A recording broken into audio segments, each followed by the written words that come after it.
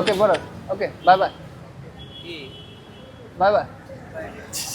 আসলে আমি এখানে দাঁড়িয়ে থাকা না, আমি আসলে গাড়ির জন্য দাঁড়িয়ে আছি, রিক্সার জন্য। আমি মূলত আসছিলাম এখানে একটা ইভেন্ট হচ্ছে আকিস কোম্পানির, ওই ইভেন্টে। তো আর আমার এই লুকের কারণ হলো আসলে আমি চাঁদপুরে গোল্ডেন বয় নামে অনেক আগে থেকেই পরিচিত। বিভিন্ন সামাজিক সচেতনতামূলক ক্যাম্পেইনের জন্য এবং বার্তার জন্য আমি মূলত পরিচিত।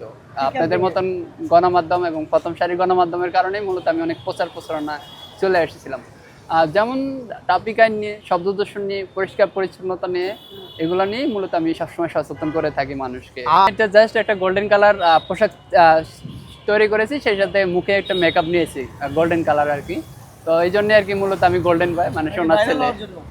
ভাইরাল হওয়ার জন্য না, মূলত ভাইরাল শব্দটা আমার পছন্দ না। আমি পরিচিত আরো অনেক আগে থেকেই, আমি সেই গত 3 বছর আগে থেকেই বিভিন্ন সামাজিক সচেতনতামূলক কাজ করি, তখন থেকে আমি পরিচিত।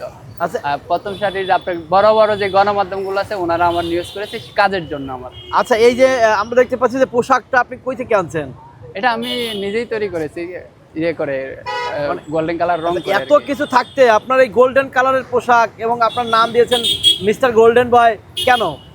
আসলে মিস্টার গোল্ডেন বয় নাম দেওয়ার কারণ, যেহেতু আমি পুরো লুকটাই গোল্ডেন বয়, গোল্ডেন কালার, এই জন্যই মূলত মানুষও ডাকে মাঝে মধ্যে মিস্টার গোল্ডেন বয়।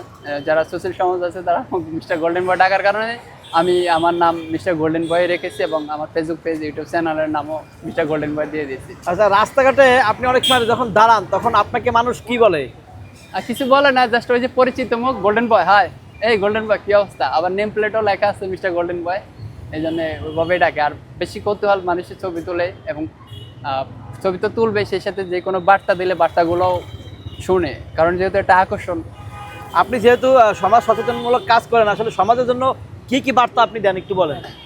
যেমন ট্রাফিক আইন নিয়ে, এগুলো তো অনেক বড়, এখন এইভাবে দাঁড়ায় বললে হবে। ট্রাফিককে নিয়ন্ত্রণ করে জাস্ট এটা ট্রাফিক পুলিশের সহযোগী হিসেবে আর কি সচেতন করে থাকি আর কি। যেমন ট্রাফিক আইন মেনে চলুন, শব্দ দূষণ করবেন না, এরকম বিষয়গুলো নিয়ে। যেমন শব্দ দূষণের কারণে আমাদের কী কী ক্ষতি হয় এবং অপরিচ্ছন্নতার কারণে কী কী ক্ষতি হয়। যেমন একটা পরিষ্কার পরিচ্ছন্ন শহর 47% রোগ জীবাণু মুক্ত থাকে, এই টাইপের বার্তাগুলো সবসময় দিয়ে থাকি হ্যান্ডমেড দিয়ে। আপনার উপরে একটা সানগ্লাস দেখতে পাচ্ছি, আপনি যখন রাস্তায় দাঁড়ান তখন কি সানগ্লাস পরে দাঁড়ান?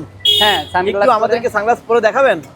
সানগ্লাস যখন আমি দিন থাকে তখন অল টাইমই আমার সানগ্লাস ওকে থাকে, আর তাছাড়া সান প্রোটেক্ট করার জন্য এই সানগ্লাসটা দিয়ে থাকে আর কি। আচ্ছা, আপনার ইনকাম কি আসলে এইভাবেই, মানে আয়ের উৎস বুঝতে কি? পারছি, আমার আয়ের উৎস হলো যে আমি বিভিন্ন ব্র্যান্ড প্রমোশন, যেমন রেস্টুরেন্ট, রেস্তোরাঁ, এইসবগুলোর আর কি ব্র্যান্ড প্রমোশন করে থাকি, ওইখান থেকে আমার ইনকাম হয়।